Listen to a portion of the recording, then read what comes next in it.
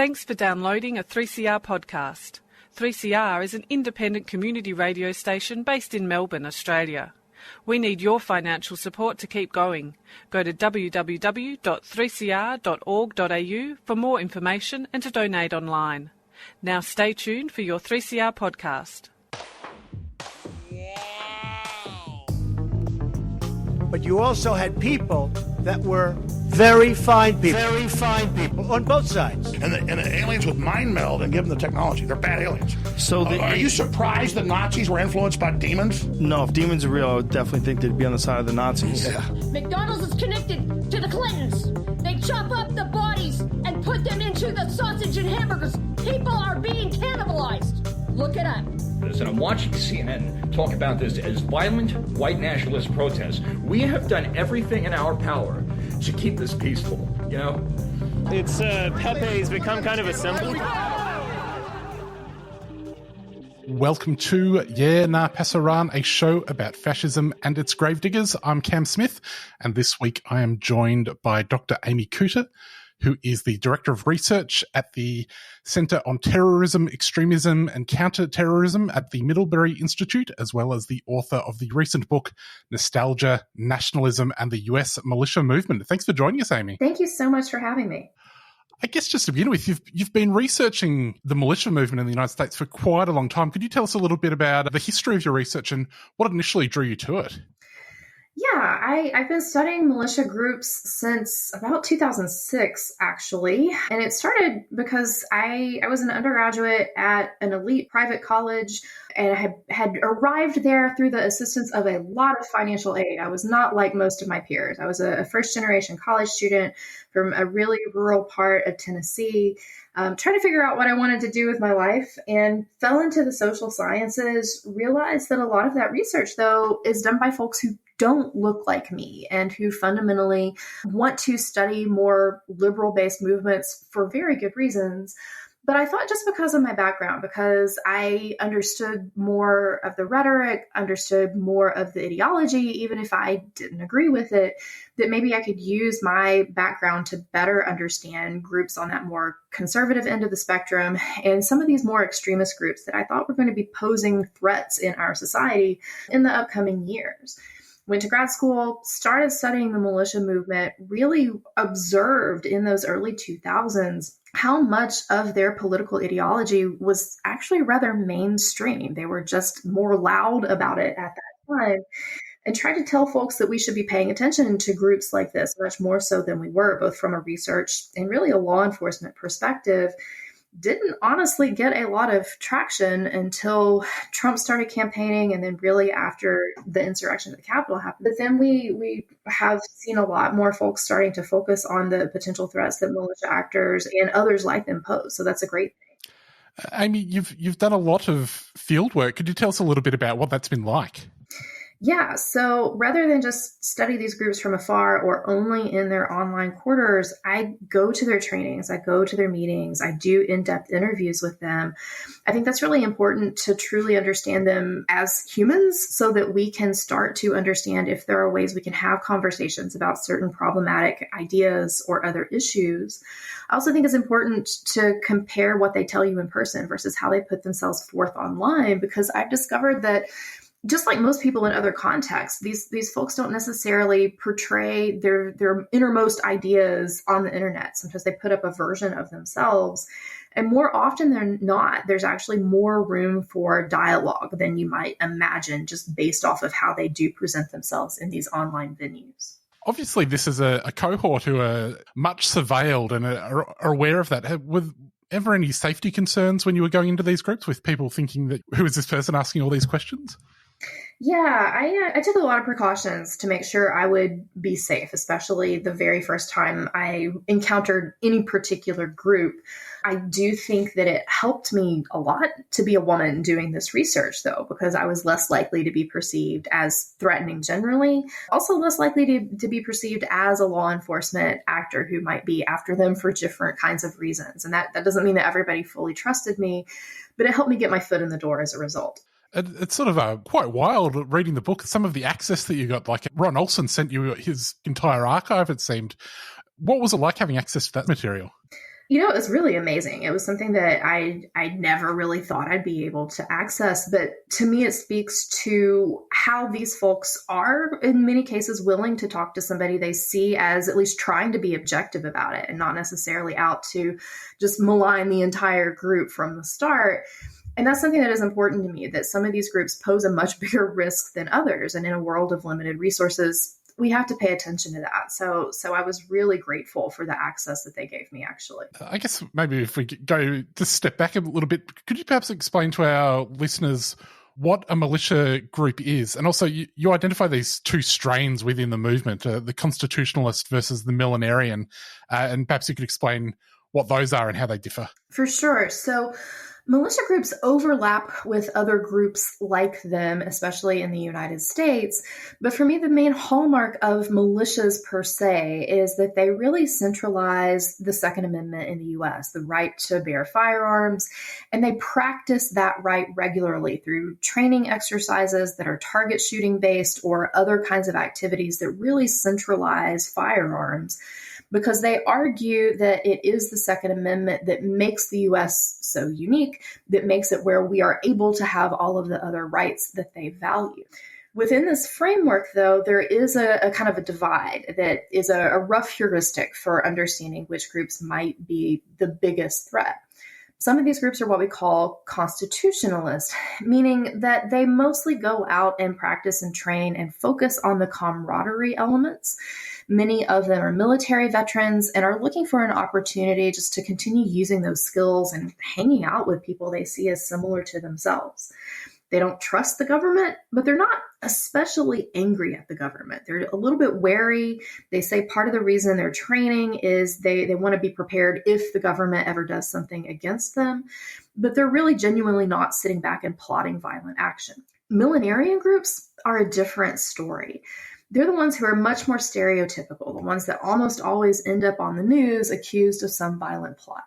They're very much into conspiratorial thinking. They are angry at the government, and many of them are actively planning to try to do something about it. In the 90s, we saw a few different events which led to the real rise of the militia movement. Obviously, there'd been militias throughout US history, but you have these events like the Ruby Ridge siege and the Waco siege, which seemed to cast a very long shadow over the following decades. Could you tell us a little bit about how they contributed to the rise of a militia movement?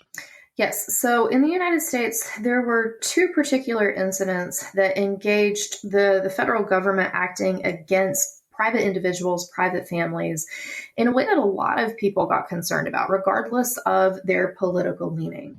With both Ruby Ridge and Waco, the underlying stories, the underlying characters were all a little bit more complicated.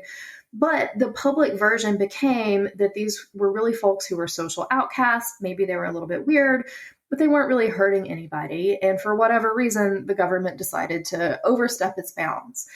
In both cases, there were absolutely missteps by the government. Eventually, congressional panels found that the FBI in particular had used excessive force in both cases. It led to a lot of changes in protocols for how various different scenarios were navigated.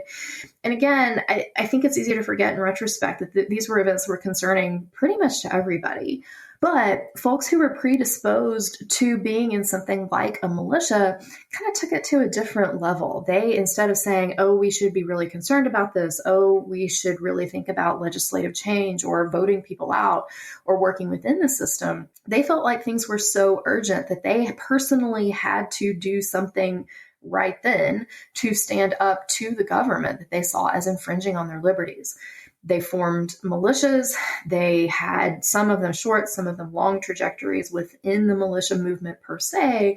But I think it's really contributed to our dialogue long term about firearms, about the nature of the government here, about the relationship between the government and the people in a way that even as maybe specific memories of Ruby Ridge and Waco have faded, the feeling has continued and becomes an easy backdrop for people who want to see any government change as infringement on those liberties, as something that they need to stand up against once more. The siege of Waco also was a direct inspiration for the Oklahoma City bombing committed by Timothy McVeigh just a few years later. Could you tell us what were McVeigh's connections to the militia movement? So as far as we know, McVeigh was never a formal militia member. He did, however, have personal connections to militia actors, to other people of that same ideology, of that same general belief system.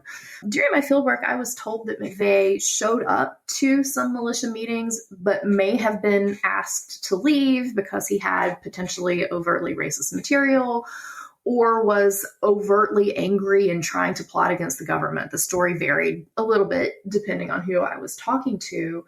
But for me, it's less important that he wasn't an official member versus he's an example of what this kind of thinking can lead to in its most extreme form. People who really feel they have to do something violent to respond to what they see as government tyranny. And you see a little bit of a decline in the movement after this happens.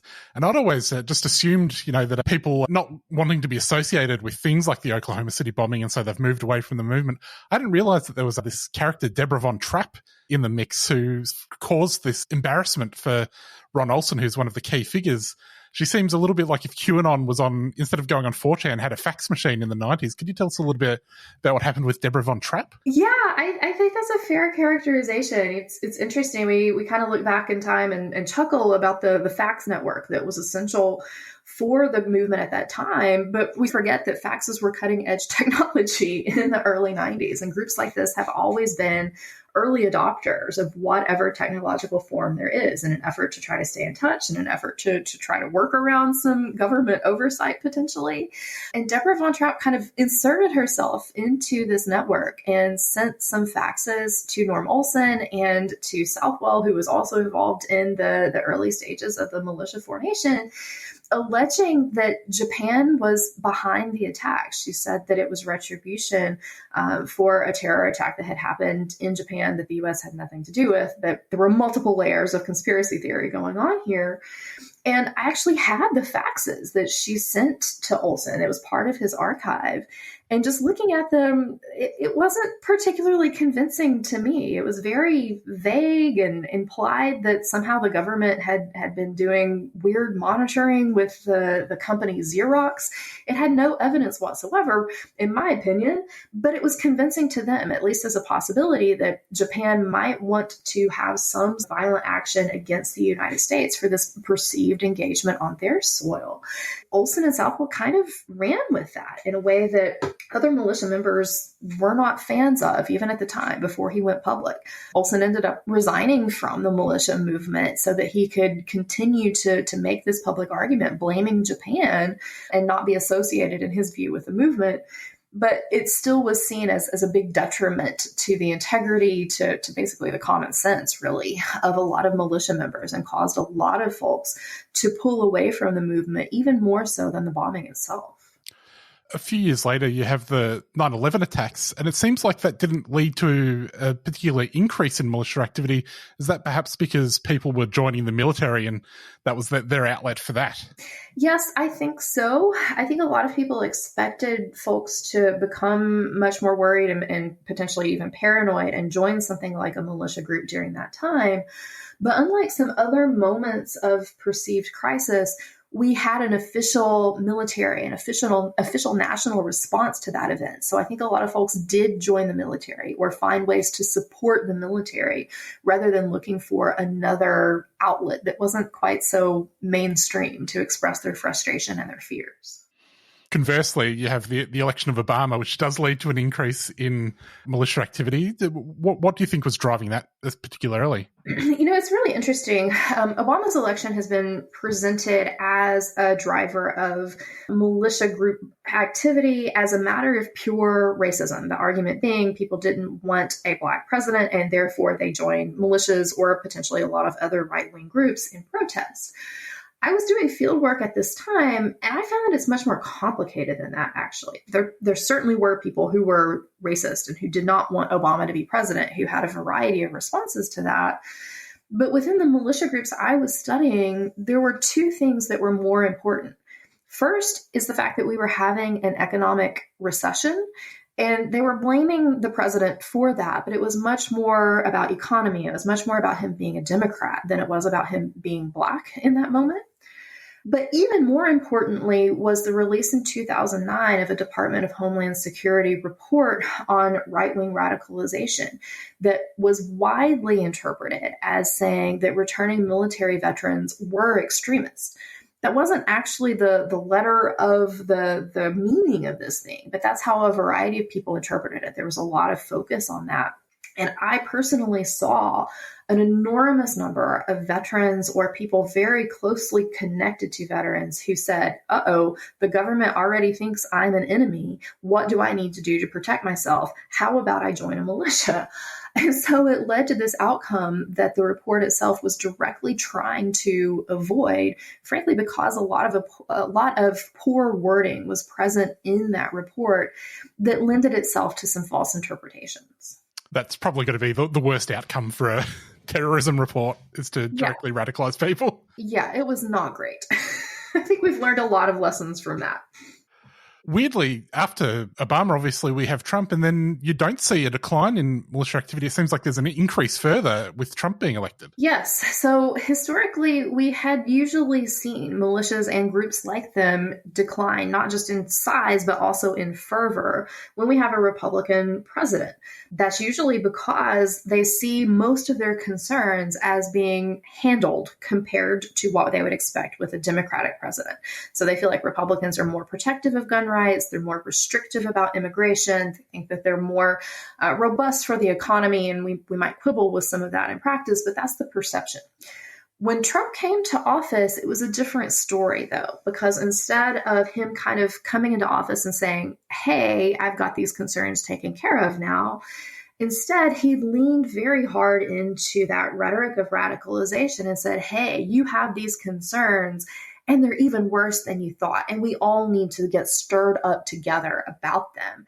And so that underlying fervor, the paranoia, various different feelings that contribute to militia action really just amplified and increased because of his direct influence. Trump's catchphrase, obviously, is "Make America Great Again." You write in the book about this nostalgic nationalism. Could you tell us what that is? I think a lot of folks have this idealized version of what it means to be in America, what America itself means, that is in no small part shaped by our education system, but that paints our past as somehow rosy and perfect. In retrospect, then, if we have this kind of false image, it makes modern society look and feel worse than it actually is. So for me, what's really important as a connector across not just militias, but other groups that we think of as being on the radical right, is this belief that our past version of society did exist, but now it's gone. It's degenerate compared to that past vision that people kind of hold up with this false image. And so that's a big driver of a lot of the activity we see around cultural change, or at least perceived cultural change. The end of Trump's term obviously coincided with a global pandemic. How did COVID-19 affect the militia movement? COVID-19 was an enormous variable, not just for the militia movement, but for other groups like them. In addition to natural fears about the disease itself, there were a lot of perceptions that people were using the pandemic as an excuse to enact government overreach. Even if people believed the pandemic was real, and not all of them did, they believed that it was exaggerated, that the government was essentially using this as a forced way to intervene in people's lives. They didn't like the shutdown orders. They didn't like some of the orders to mitigate the disease that were, in fact, a little bit contradictory, such as some of the outdoor eating, but you could do it in a tent and still be sharing germs kind of thing. That became a big focal point for a lot of these groups. They also were very impacted by some of the economic changes that resulted from the pandemic. And so it became kind of this perfect storm of a lot of their underlying fears, especially if they bought into the idea that the disease was the fault of immigrants in some form or fashion, that made it really easy for Trump to tie into that once more and really hit at those base fears. One of the groups that emerged out of this was the Boogaloo movement. Could you tell us a little bit about who they are and where have they gone? Yeah, Boogaloo is a group that has some overlaps with the militias, has overlaps with other groups. We think at this moment they've probably evolved into something else, but we're really concerned about them and what else they may mean in the future as an example of what we call accelerationism. They really take this idea that nostalgia is some central mobilizing force to an extreme in some cases. Not only do they think that modern society is degenerate, but that they should really hasten the full collapse of society as we know it so that we can have a new and fresh start. They really want to, in some cases, attack police officers, maybe attack other people in an effort to bring about what they think of as a second civil war. And they have this hope that that will then lead to a complete societal restructure, a government restructure, such that it is a smaller government more aligned with what they think of as being the ideal national vision. And these are groups that acted quite out in the open on social media, at least, and then were all deplatformed seemingly at the same time. How did you find that deplatforming affected the way that these groups operated? Right. So even before January 6th, Facebook started deplatforming anybody who looked like a militia member, meaning they had camo and guns in their profile, anybody who identified as a militia member, or pages that were associated as militia groups the previous fall, starting in about August. And it was kind of a surprise move. They didn't announce it ahead of time. It seemed to be a pretty direct response to what happened with Kyle Rittenhouse going across state lines to Wisconsin and ending up shooting several people.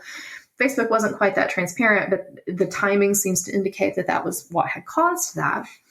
And in my opinion, that deplatforming was the single most disruptive event to the modern militia movement that we've ever seen, more than Oklahoma City, more than January 6th. And it was because, despite the fact these folks think about themselves as being prepared for anything, most of them were on Facebook and did not actually have a good backup plan for what happened if that platform kicked them off. And they've really, truly not recovered. A lot of them have spread out to other social media platforms, but it's still just not the same kind of centralized, organized space that it used to be. And it's made it much harder for them to coordinate, especially across state lines. Rookie move, in my view, not being ready for the deplatforming. Yeah, what were they going to do if there was an EMP? It's a good question. I mean, I think part of that gets balanced out by the fact that they do see themselves as mostly community-oriented groups. So they have phone numbers of folks who are, local to them. But it would have been very, very difficult had there been some true attack that they see themselves preparing for to have any kind of coordination or any kind of real communication across state lines or across a bigger geographic area. Did that mass deplatforming also have a radicalizing effect in the same way that report coming out did? Because you have all of these people, many of whom are involved in the militia movement, but it seems people also being dragged up into it and being told, oh, well, you're a dangerous individual or organization, you're too dangerous for this platform. Were people coming away from that and saying, well, if you think I'm dangerous? Yeah, I think the short answer to that is yes. Deplatforming like this tends to decrease the overall size of a movement really effectively. But the folks who were already really angry, the folks who were already convinced that they were being persecuted and they need to do something about that, those attitudes don't get changed because of something like this. They're the ones who have been most incentivized to regroup and do so in a less public way. Some of them are meeting on, say, Telegram or other places that are harder to monitor. Some of them we're pretty sure have gone back to exclusively meeting in person. And of course, that makes it even harder to track. So although deplatforming decreases the momentum, the overall size of a movement, it comes with this trade-off where the most dangerous actors are really hard to identify and keep an eye on. There's a few case studies that you look at in the book. One of them is the Hatari. Could you tell us a little bit about what happened with that case and why it collapsed? Yeah, so the Hatari were a group of militia members that were active in Michigan when I was still at the height of my field work. And they were arrested and charged with an alleged plot to kill a police officer. And then at that police officer's funeral, rig up an improvised explosive device and kill a lot more police officers. That first event wasn't super clearly defined. It seemed like they were waiting more for an opportunistic moment, maybe a traffic stop or something to make that happen. These folks were arrested, charged with various different things, but probably the most notable thing was seditious conspiracy, a plot to undermine the government. At that time, that was the first time we had seen that particular charge for quite a while. And there was a lot of skepticism about whether it would work. Ultimately, it didn't. The case did not go to a jury. The judge ruled that the prosecution had not sufficiently presented evidence to make that case. And part of that also hinged on the fact that they had used an undercover officer who may have kind of reached the line between offering opportunities and entrapment, at least in the perception of the judge. Legally, there's some debate about that. So most of those folks ended up going home. Some of them served a little bit of time for some weapons charges that were related to the case, but it was considered to be a pretty minimal outcome considering what the allegations were and considering what they had actually been charged with. I think we learned quite a few lessons from that failed prosecution moving forward into more recent cases of, say, the Wolverine Watchmen or even some of the January 6th defendants, trying to make it a little bit more clear to jurors and to the general public why attacking police isn't necessarily just about those, say, individualized attacks, but is a symbolic attack on what they represent, the safety and security of the country in some cases. We've obviously had a few more successful seditious conspiracy prosecutions recently. What was the militia movement's actual involvement in January 6? The militia movement as a concerted effort was not as involved in January 6th as a lot of people think. We know that the vast majority of actors who were present that day were not members of a militia or any other formal organization. And yet, their rhetoric about stopping the steal, about supporting Trump, about other reasons that they say they were there are exactly some of those same core concerns that militia members have had for a long time. And so that's why it makes sense to me not to blame individual militia members for what they didn't do, but rather to look at them as an example of the kinds of issues that can motivate people into action and to really understand what that is about, both from an ideological level and from a more tactical level. Amy, just finally, there's been a recent big screen depiction of a militia fantasy, Alex Garland's Civil War. I was just curious, as one of the foremost experts on militias, what was your takeaway from the film? Is it the thing where you're watching it and thinking, no, it wouldn't be like that? Or how was it for you? Well, it was really interesting to me because there's a pretty stark difference between the trailers for the film and what the film was actually about. I was really concerned about what impact it might have on the movement just based on the trailers. But if you watch the film, it's much more, at best, ambivalent about some of these actors and thinking about how many of them have actually seen this as a betrayal is fascinating to me because they see themselves as being portrayed as villains despite some efforts to maybe not make it so political internally. And I think that it's been an interestingly timed, perhaps, lesson in how we have a responsibility to think about these groups on the big screen and playing them up as either heroes or villains, regardless of what some of these underlying reality questions are. Getting back to the question you actually asked me, though, I do think that there are some possibilities that if we have some kind of disaster, whether it's a major internal debate over an election or some natural disaster, there's a real possibility of localized violence, of people arming themselves and trying to enact what they think of as being local order because things are collapsing around them. I do think we have to be really aware that democracy is pretty fragile and we're at a pivotal moment. And hopefully the vast majority of people who do want us to continue having a democracy will get out and vote so that we don't have to answer that real world question. Well, Amy, we'll leave it there. Thanks so much for coming on the show. If people want to find you, you are on x.com, but also more palatable platforms such as Blue Sky at Amy Cooter. Thanks for coming on. Thanks so much for having me. Well, folks, we'll be back next week. See you later. Get ready to add your support during our annual Radiothon. Sound on for solidarity. Militia Radiothon fundraiser, June 2024. To donate, call 03 9419 8377. or donate online at 3cr.org.au. 3CR Radiothon 2024. Sound on for solidarity.